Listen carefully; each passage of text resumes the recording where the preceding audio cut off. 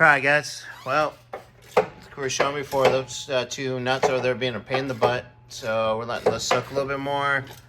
We got this side up. He's gotten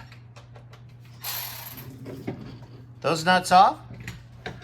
Normally, you just take the bolt off right there, but this one's backwards. And there's no hole in the frame. So he had to take the studs that go through into there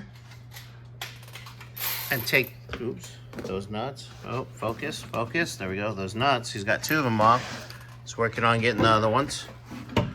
So when he's done with that, we'll pull all that stuff apart. Start moving things over onto... 3 nuts. You have 3 nuts? Like Scotty? Oh. So, yeah, when he's done with that, we'll get everything swapped over, new bushings, and slide it back in.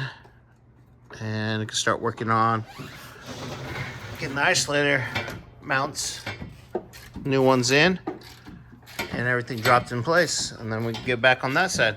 All right, what do we say? Later.